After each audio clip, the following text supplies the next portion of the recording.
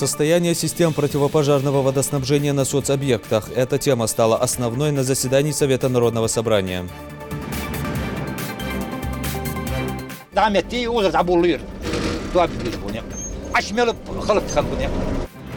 Что волнует жителей селения Барсуки, Мадина Пугоева расскажет в новостном проекте «Под наблюдением».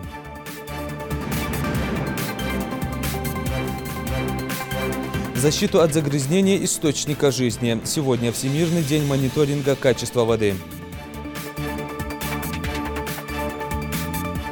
Целевые модели и факторы – это достаточно интересное направление. Это срез показателей работы в республике.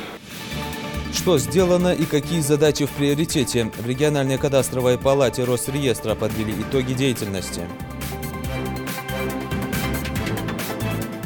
Он стоял у истоков образовательной среды в области изобразительного искусства у нас в республике. Его полотна красноречивее любых слов. Народному художнику Дауду Аздоеву сегодня исполнилось бы 59 лет.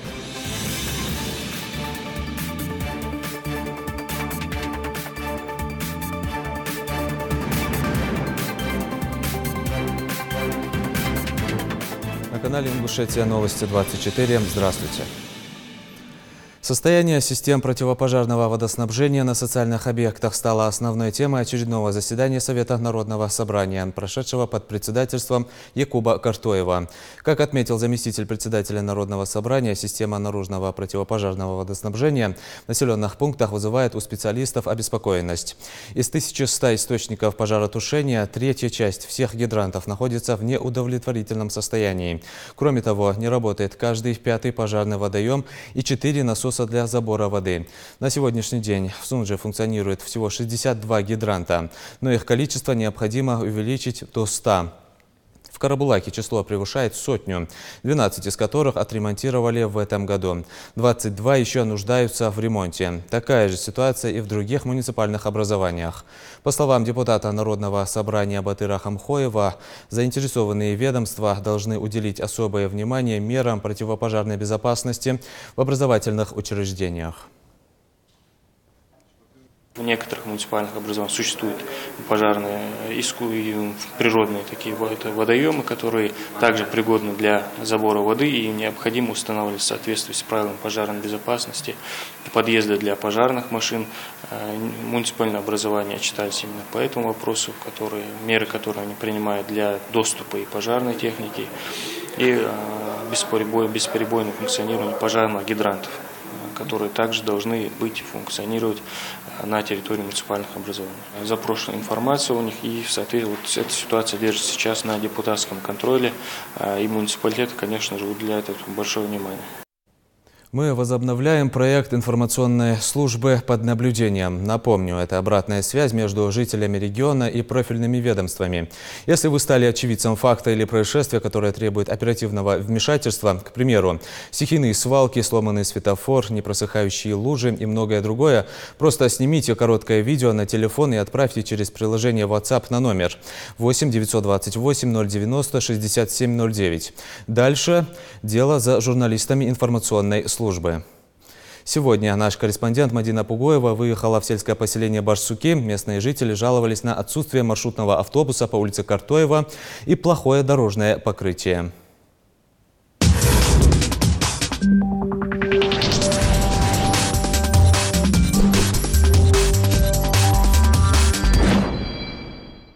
Около 1,5 километров пути пешком ежедневно. Жителям сельского поселения Барсуки такой маршрут приходится преодолевать как минимум 2 раза в день. Добираться на работу или хотя бы до ближайшей автобусной остановки приходится на попутках.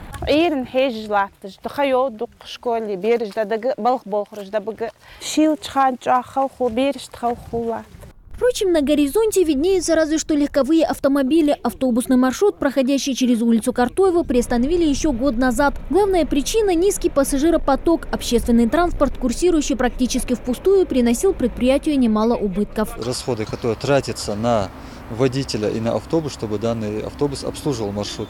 Соответственно, в экономическую эффективность закладывается тариф, или так назовем его план, который должен водитель в день сдавать, чтобы предприятие не приносило в этом маршруте убыток. Соответственно, те доходные части, которые мы получаем от этого маршрута, были намного ниже, чем мы тратим на этот маршрут. Но все это уже позади. Компромсвязи Ингушетии вместе с руководством предприятия «Ингуш-Автотранс» пересмотрели процедуру увеличения так называемых выпадающих доходов для обслуживания подобных маршрутов. Отныне все эти расходы будут оплачиваться из республиканского бюджета согласно постановлению правительства Ингушетии. Приятная весть дошла и до жителей Барсуки. Долгожданный автобус уже курсирует по улицам сельского поселения. Автостанции проезжаю, рынок автостанции и опять же до Судова. По пути высаживайтесь. Ходили, конечно, с ног. Да, нахал, сукала, агалвалвиш, хол сайолшхан. Цикхарвян, цикбальвич, видимость. Ну, цигам, более-менее бунек. Я хад буар, да, мети, оза забулыр. Туабиш бунек. Ашмелы халактхан бунек. Выбоины и колдобины на асфальте – вторая проблема жителей этого сельского поселения. В таком состоянии дорожное полотно находится уже несколько лет. По нему же вынуждены ходить в школу и обратно местные ребятишки, поскольку тротуара здесь нет и не было доселе.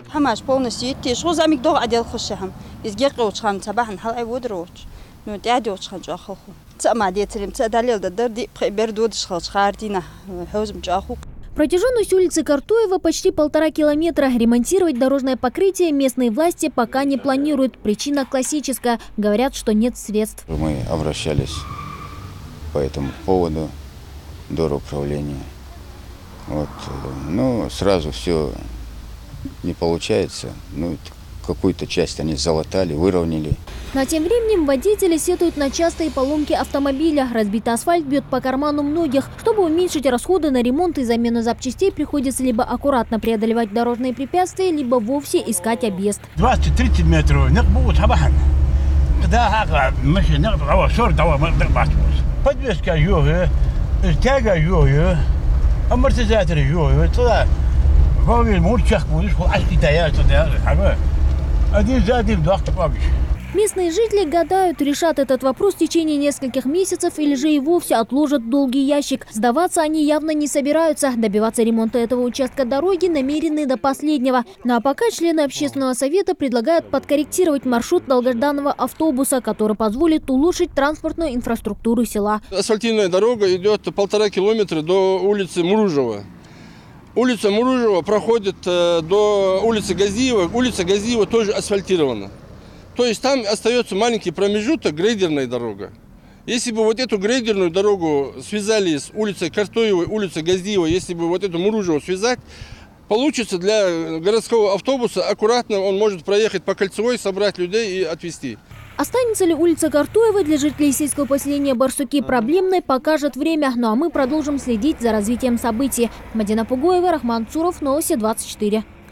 Напомню, ваши короткие видеообращения вы можете присылать через приложение WhatsApp на номер 8 928 090 67 09. И снова о пенсии и пенсионерах. Второе чтение законопроекта о пенсионных изменениях в Госдуме пройдет в конце сентября. Если отсрочка заслуженного отдыха состоится, это позволит повысить пенсии нынешним пенсионерам. Это обстоятельство радует многих. Работники предпенсионного возраста трудятся практически во всех сферах деятельности. На своем рабочем месте они более чем востребованы и готовы делиться накопленным годами опытом. Репортаж Жалидат Халухоевой. Все время в бумагах и работе. В этом маленьком кабинете Хазыр Зангиев вот уже 13 лет решает важные вопросы. Контроль охраны и использование земель сельскохозяйственного назначения. Начальник отдела земельного надзора управления Россельхознадзора Ингушетии начинает свой день с распределения обязанностей между сотрудниками. По плановым проверкам, по неплановым проверкам, посмотреть все свои предписания. Закончились сроки исполнения предписаний. Свою трудовую деятельность Хазыр начал в 1981 году. Был ведущим инспектором по подготовке и качеству сельскохозяйственных продуктов. Работал агрономом, бригадиром в колхозе Красной Армии. Весь его труд так или иначе был связан с землей. Занимался в основном документами до тех пор, пока ему не захотелось показать свои умения на практике. Он начал развивать свое крестьянско-фермерское хозяйство. А с самого первого дня создания регионального Россельхознадзора работает в управлении. Куда бы я ни попал, меня всегда вело на коллективы, на людей. В основном 99% людей меня устраивало, я с ними всегда работал хорошо. И, в общем, не нравилось этим людьми, сказать, что эти коллективы работают. Основной коллектив, где я работал, это 8 для сельхозуправления, 9 лет в хозяйстве, и здесь с последним 14 год уже здесь работаю. Любовь к земле – еще одна причина не уходить на пенсию. Своему делу без привлечения отдал половину жизни. Его целеустремленность и активность – пример подчиненным. Как не сбавлять темп и показывать высокие результаты. Он мой первый учитель, с ним я начал работать, и он научился ему. Как руководитель, начальник отдела, очень грамотный специалист своего дела. И многих он обучил и пошли дальше у нас. Таких руководителей сейчас мало.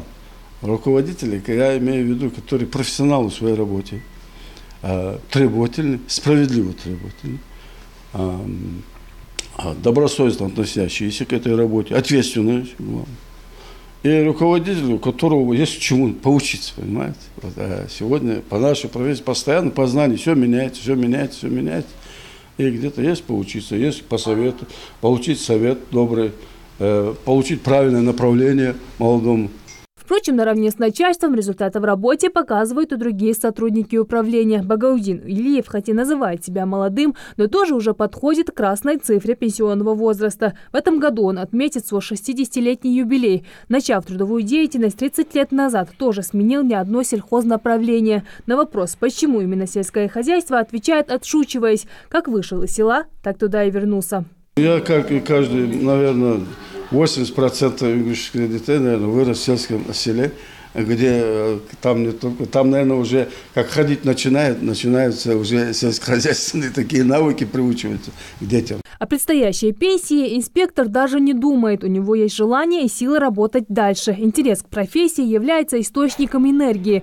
Говорит, что это как и спорт, который, несмотря на свой возраст и занятость, мужчина никогда не бросит. Возраст никакой роли сейчас мне не играет. Я его не ощущаю даже. Тем более с этими ребятами, слушай, нам стыдно даже его ощущать. Они бодрят нас, поддерживают, слушай, исполняют.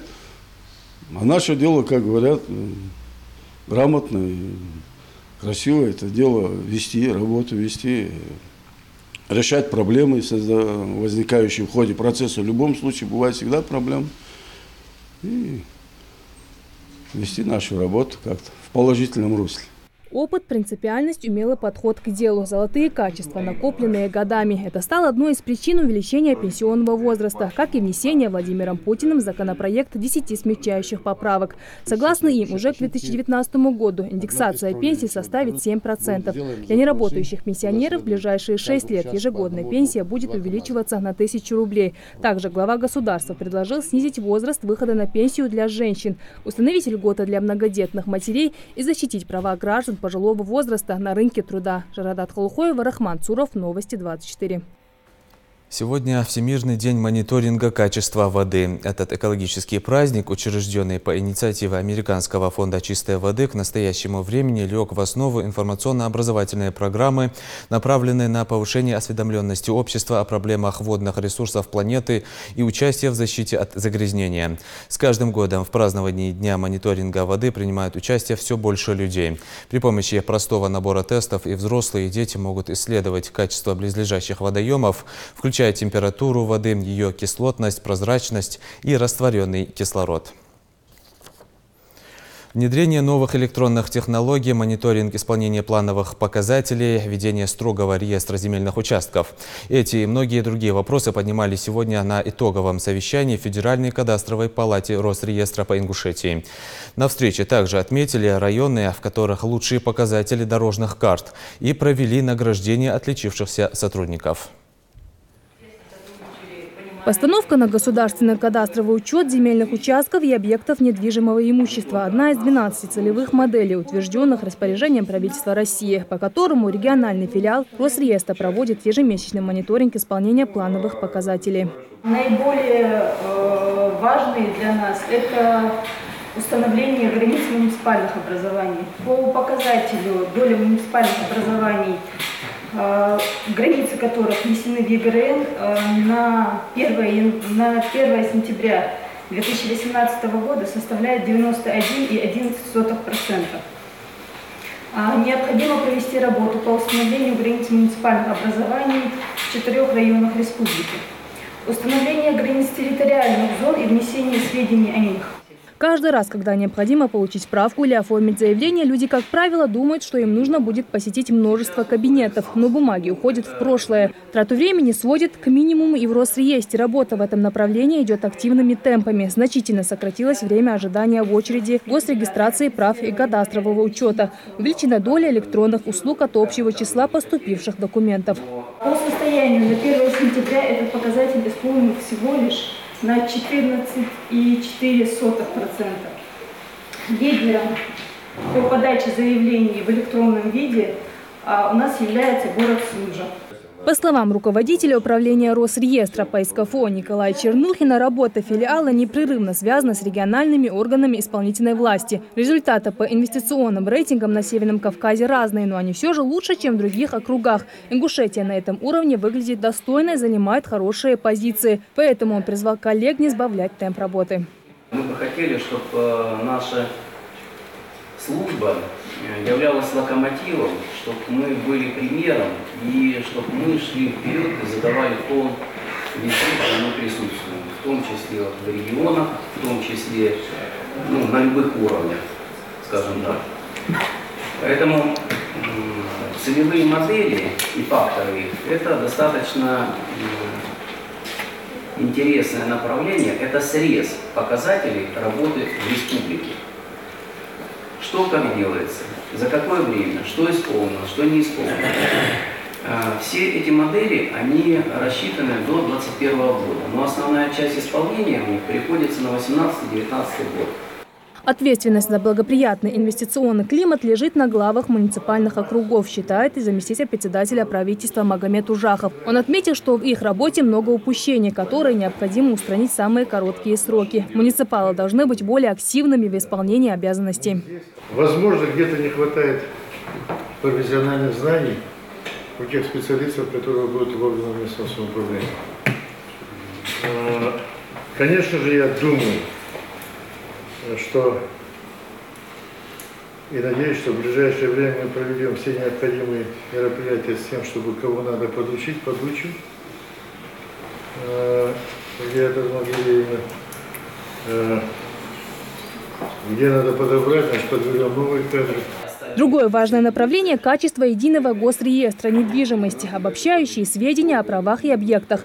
Проблема в том, что большинство земельных участков в республике не имеют точных границ. И для того, чтобы поднять инвестпривлекательность региона на должный уровень, необходимо, чтобы все границы были внесены в реестр. Лучшие показатели в реализации дорожных карт продемонстрировали Джайрасский и Малгобекские районы. Настал тот момент, когда мы должны были уже поставить на кадастровый учет те земельные участки, определить свои границы населенных пунктов, провести эту работу кадастровую. И мы ее начали проводить уже в большинстве населенных пунктов провели. У нас 12 населенных пунктов в районе. И больше половины населенных пунктов охвачены этой работой по постановке на кадастровый учет земельных участков и объектов недвижимого имущества. Отметим, что в этом году регистрационной службе исполняется 20 лет, 10 лет Федеральной службе государственной регистрации кадастра и картографии. С этими круглыми датами коллеги поздравили друг друга. Отличившихся глав муниципальных округов наградили почетными грамотами и памятными подарками. Жарадат Хулухоева, Асхаб Белакиев, Новости 24. В России появится народный рейтинг автостраховщиков. Это позволит повысить качество предоставляемых услуг. Участвовать в составлении рейтинга смогут зарегистрированные на портале госуслуг граждане. Они получат возможность оставлять замечания к работе страховых компаний и выставлять оценку качества предоставляемых услуг. Для этого, согласно предложению, должен появиться специальный раздел для пользователей на официальных сайтах страховщиков. Жители селения Барсуки в скором времени смогут получать медицинские услуги в комфортных условиях. А пока усиленными темпами там идут ремонтные работы по реконструкции местной амбулатории. Меняют фасад здания, крышу и электропроводку. Обновлению жизненно важного социального объекта рады и местные врачи. Амина Бокова расскажет подробнее.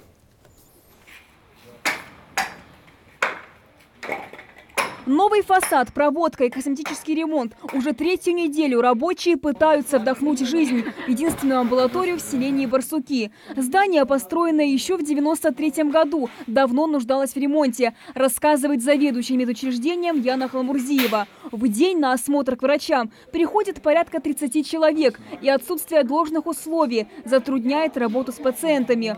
Впрочем, чаяния врачей были услышаны. За это время мы успели поменять линолеум, также провести новую проводку, вот вы видите, также сделать натяжные потолки. Также в дальнейшем нам предстоит благоустроить нашу прилегающую территорию и провести отделочные внутренние работы.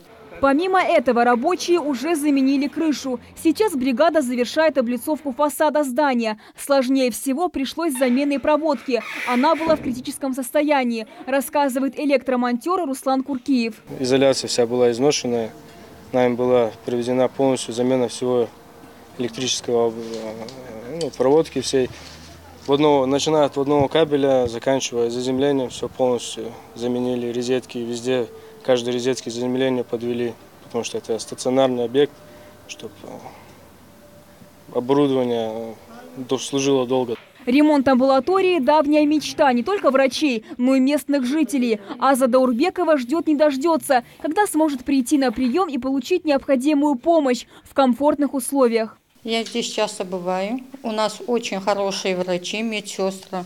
Персонал у нас медицинский вообще бесподобный. Но желательно хотелось бы, чтобы у нас была хорошая амбулатория, новая, чтобы построили, чтобы были все удобства для наших врачей. Более комфортные условия – это не слова, а реальность. Ведь помимо реконструкции здания в селе ведется строительство фельдшерско-акушерского пункта. Амина Бокова, Асхаб Белакиев, Новости 24. 15 октября в регионе начинается отопительный сезон. С его началом, как правило, в разы возрастает риск пожаров. Как обезопасить себя и своих близких, как правильно пользоваться электрическими и газовыми приборами. Об этом и многом другом жителям Сунжа в ходе профилактического рейда объясняли сотрудники МЧС. Подробности в репортаже Тамары Хашагульговой.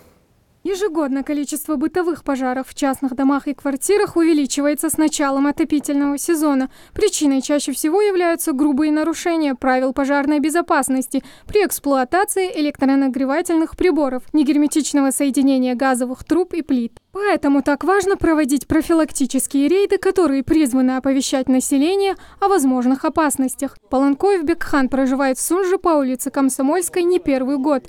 И к таким рейдам относится положительно. Газ – это очень нужный продукт. Большое спасибо, что профилактика,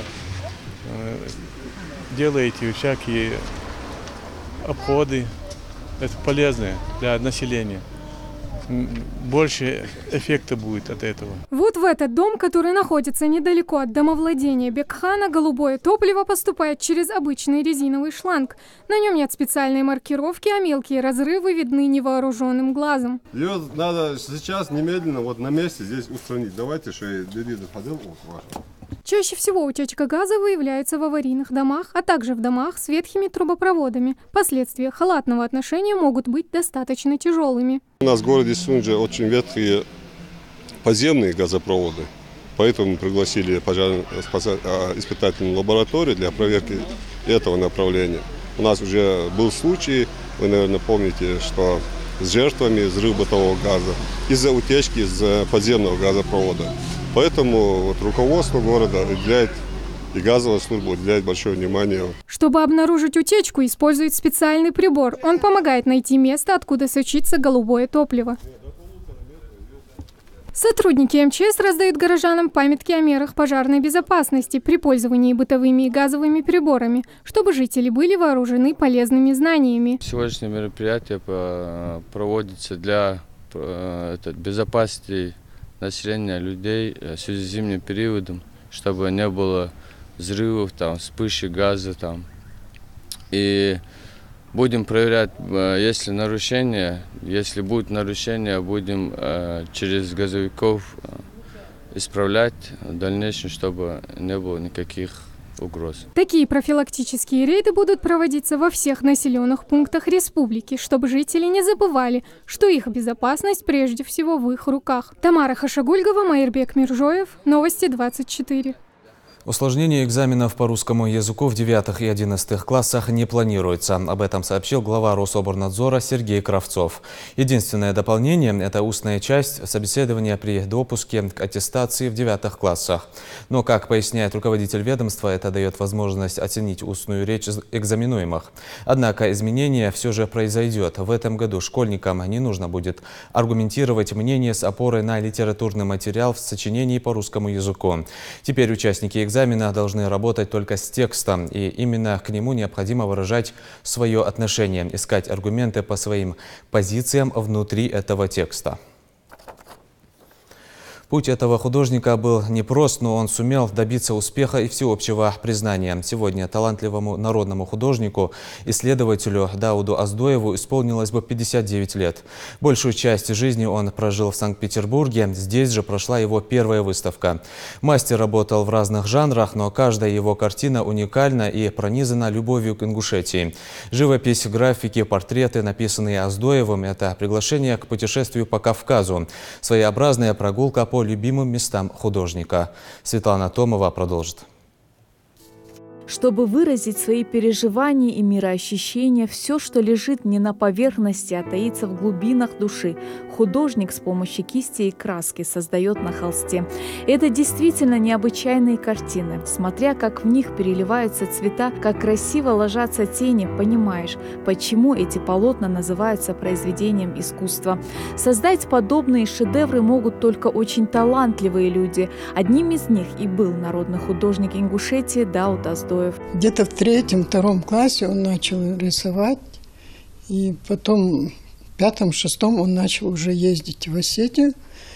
Там в школу поступил, приняли его с очень удивительным таким восторгом. И Дауд всегда был любознательный. Дауд Аздоев родился в 1959 году. С малых лет он увлекался художеством, мог нарисовать что угодно и где угодно. Таким образом он оттачивал свое мастерство. Незаурядное дарование подростка нельзя было не заметить. Дауду было 15 лет, когда он впервые пришел в художественную школу. Здесь произошла его встреча с талантливым художником и педагогом Сухиновым, которая повлияла на его творческое будущее. Он стоял у истоков образовательной среды в области изобразительного искусства у нас в республике. Поэтому оставил после себя много учеников, людей, которые занимаются его делом, начатым им. Яркий человек, который мог и умел поддержать и словом, и делом, человек, которого можно было бы учиться и живописи, и рисунку, и образу жизни, потому как он был настоящим патриотом.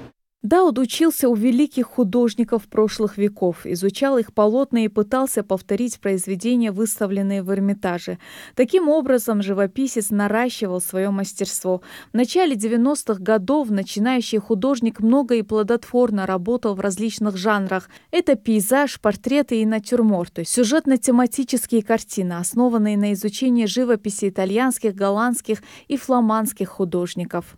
Я, может быть, не совсем, не так близок к искусству, да, к живописи, графике. Но когда отец начинал рассказывать про все это, когда приходили гости, ты слушал, как это все происходит, ты понимал, чем это все, как сказать, дышит, да, что там, из чего исходит, какие там смыслы, что значит писать картину, да, в прямом его значении, когда автор что-то пишет в течение нескольких лет, потом в один день все это может перечеркнуть, закрыть и перерисовать совсем по-другому, да, как писатели иногда могут свои работы переписать по новой. Это было всегда интересно.